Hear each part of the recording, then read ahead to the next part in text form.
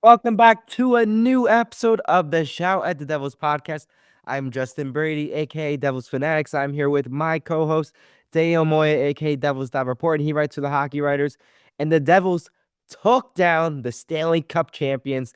They went into Sunrise, Florida, and they defeated the Florida Panthers tonight by a score of 4-1. Huge win for this Devils team, coming off a brutal loss to the Sharks where you get shut out by your former goaltender. You have a big bounce back win against a really good Panthers team that was riding a 7-game win streak heading into this game. Daniel, give me your initial thoughts of this game. Yeah, well, first of all, with the Sharks game, I don't think I was as alarmed in terms of what it meant for the team.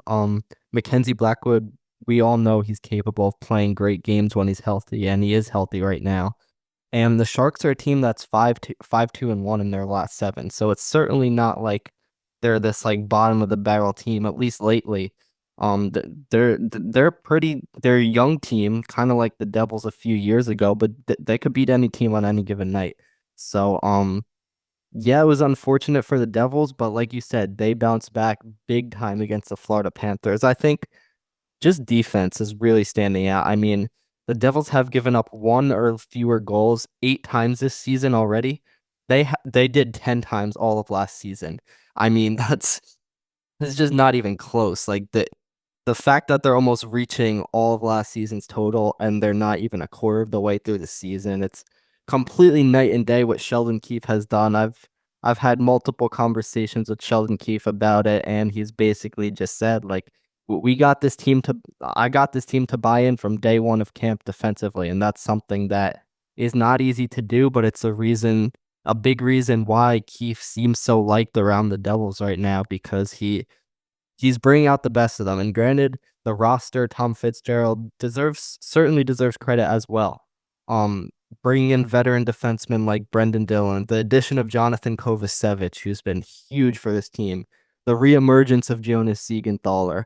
I mean, there's just so much going right for this team, and it hasn't been easy. Success isn't always a linear path. There's certainly been hiccups. I mean, really before this game, the fan base thought the Devils were going to lose every game the rest of the season. So just the way the vibes change in one win is kind of crazy, and that's why you kind of just got to sit back and look at the bigger picture of things. And the defense, the goaltending, especially lately, all for the Devils is just has been so much better than last season. The health as well.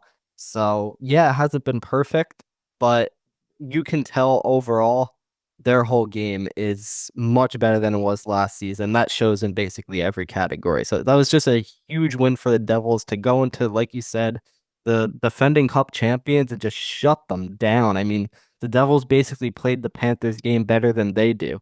So uh, it was really just a huge statement win for the Devils.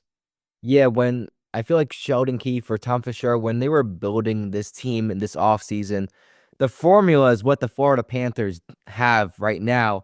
And the Devils kind of replicated that a little bit. And it goes to show that the Devils were able to fight with the Panthers. They were able to match their physicality.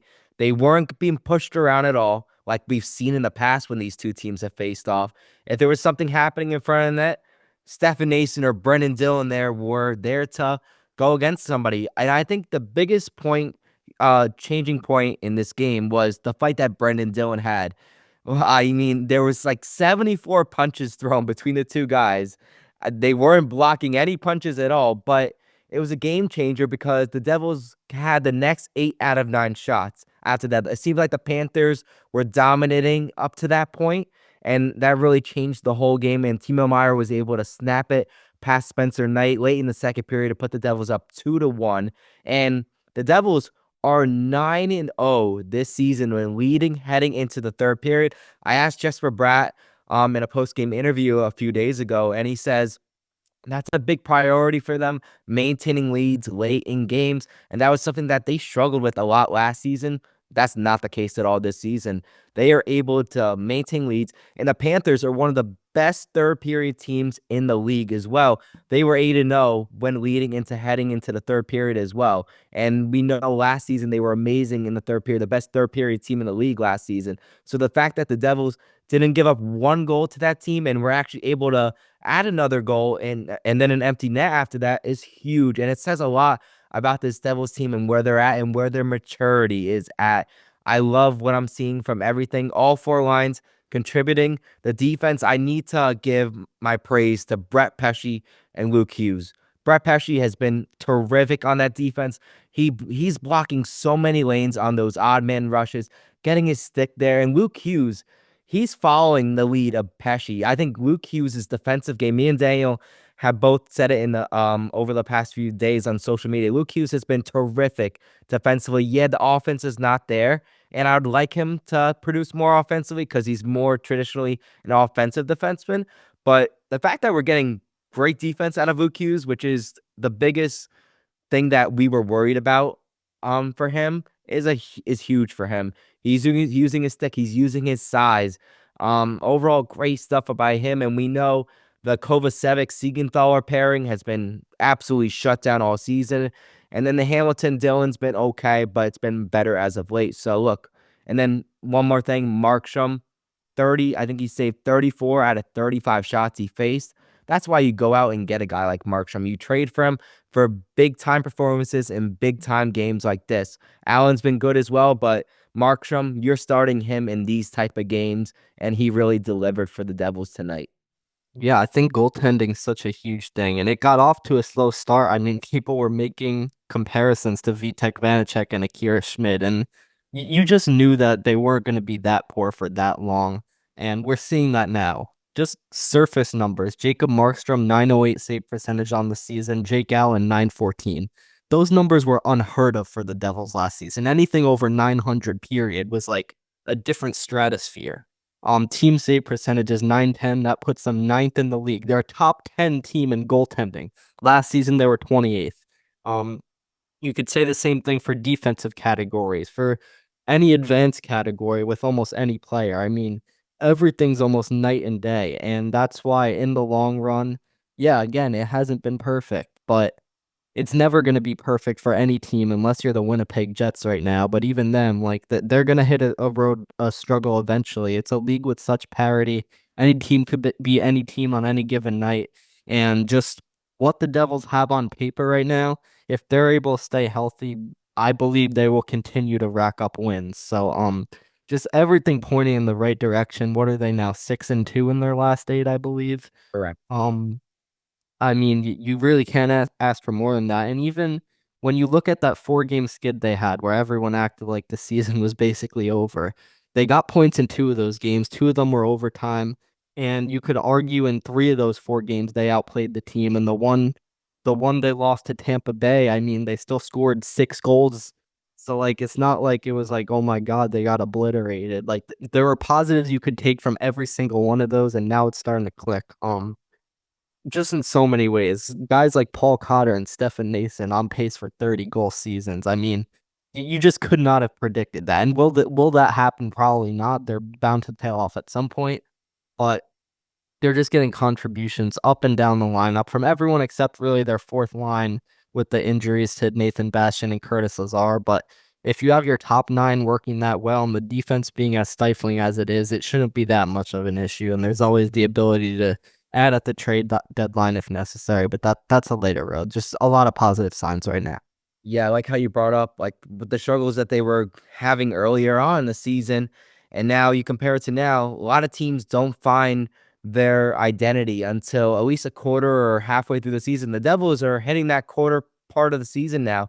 They just concluded their 19th game of the season, which is unfortunately more than any other team, but because of that global series games. But yeah, they're starting to find their identity. They're starting to find a well-balanced team between offense and defense, and this team looks really good overall. These past 8 games have been very compelling and very exciting to see.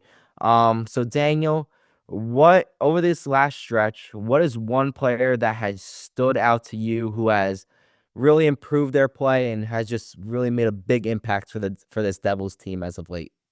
I mean, there's a lot, but I feel like I have to say Jack Hughes, right? I mean, he is just we know what Jack Hughes is capable of, and he got off to a slow start. It was kind of ugly. Last season he got out to such a blazing start, and it was kind of the opposite. He was still around a point per game because even Jack Hughes' worst stretches offensively are basically better than almost any player in the league. But you just see the difference in the way he's playing from the eye test. I mean, he's taking over games. He's so much more tenacious on the puck. He just looks so much more confident. The goal scoring's coming around now. The playmaking, some of the passes he makes just make you go like, wow. Um, he really he is a superstar, and I feel like some people have kind of forgotten that with the way last season went and his injury history, and we've said Jack Hughes just needs to stay healthy and the Devils are set. And so far he has, and just I mean some of the peanut butter and jelly, the connection Jesper Bratt and Jack Hughes have is just incredible. And I was talking to Jack Hughes the other night in the post game interview. He said, "I feel like we're about to pop," and pop they are. I mean, they really are just going off right now. The offense of Jack Hughes and Jesper Bratt and Andre Palat playing much better as well, complementing them, doing a lot of the defensive work.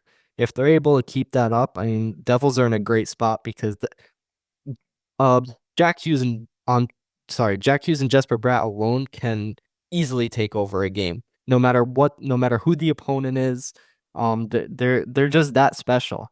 And I mean, Jesper Bratt too is someone I could talk about forever. That pass he made on the Jack Hughes first goal of the game against Florida, just absolutely ridiculous. I mean, that might be one of the greatest passes I've ever seen.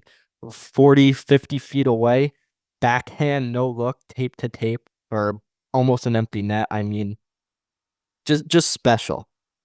So I'm not going to get too far ahead of myself. Every season has ebbs and flows, but again, I said it on paper, it's hard not to like what the Devils have right now. Yeah, well, you stole both my answers, so that's okay. Yeah. I was gonna say Jack Hughes and Brad, but I'm gonna say two different answers. I'm gonna say first off, Nico Heischer. Yes, he has not been on the score sheet over these past few games, but when his offensive game's not showing, his defensive game is showing much more.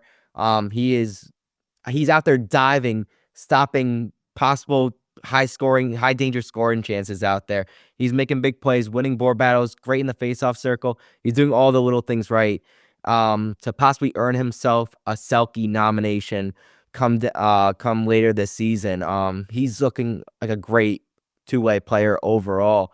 So it's unfortunate that the goals have stopped, but that's why you have guys like Jack Hughes and Jesper Bratt who are making up for it. So it's all good. And then I have to say Stefan Nason. Oh wow, what an acquisition he was.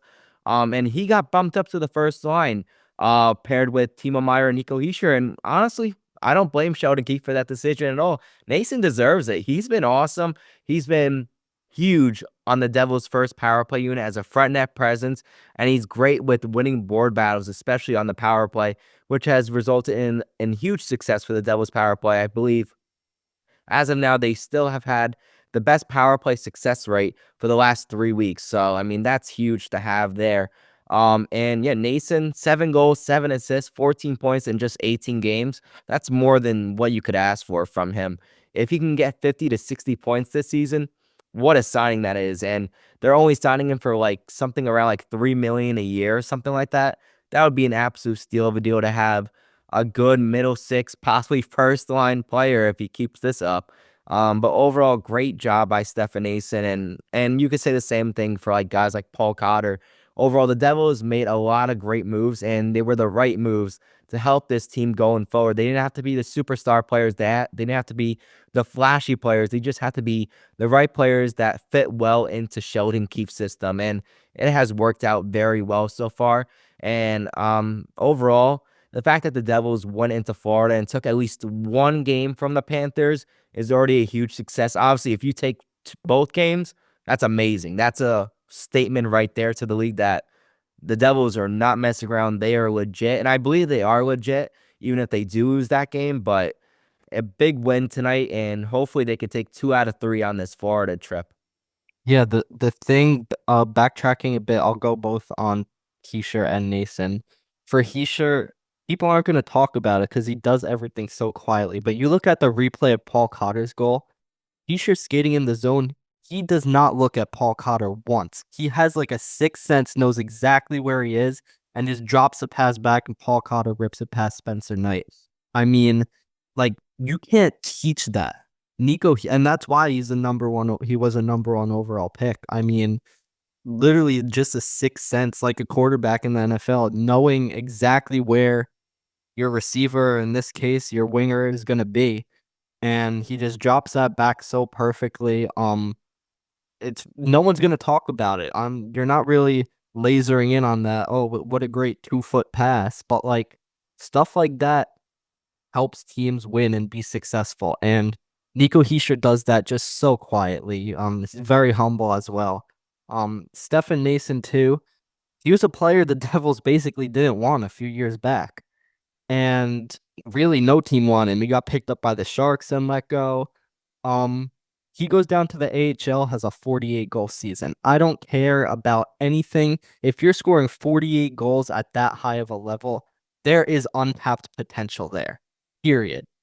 And even with Carolina, he was good, became a very solid NHLer, and you could say rebounded his career. But even so, 48 goals at the AHL level, there was still untapped goal scoring potential, because I don't think he scored more than like 16 with Carolina, and he's on pace to shatter that right now. And same with Paul Cotter, like he tied his total of goals from all last season already with 7. And I mean, when you trade for a guy that's that young, the upside's there. And we saw all the other intangibles with his game, how strong he is on the puck, his defense, his ability to play physically. I mean, just these additions for the Devils, like you said, they followed the Panthers' blueprint, bring in those veterans and those complementary pieces, adding physicality, and it's all starting to gel. So just a lot of great signs. Yeah, good stuff from the Devils overall. They have a game Thursday night at the Panthers barn yet again. And then Saturday night, they have a date with the Tampa Bay Lightning, who they've had a lot of struggles with in the past. So hopefully they can get over that hump, but looking forward to seeing what happens. And yeah, overall, great stuff from this Devils team. Just got to keep it up. So thank you guys for listening to today's episode. We appreciate all your support as always. And peace out. Before I say peace, just want to say Paul Cotter, DJ of the Year.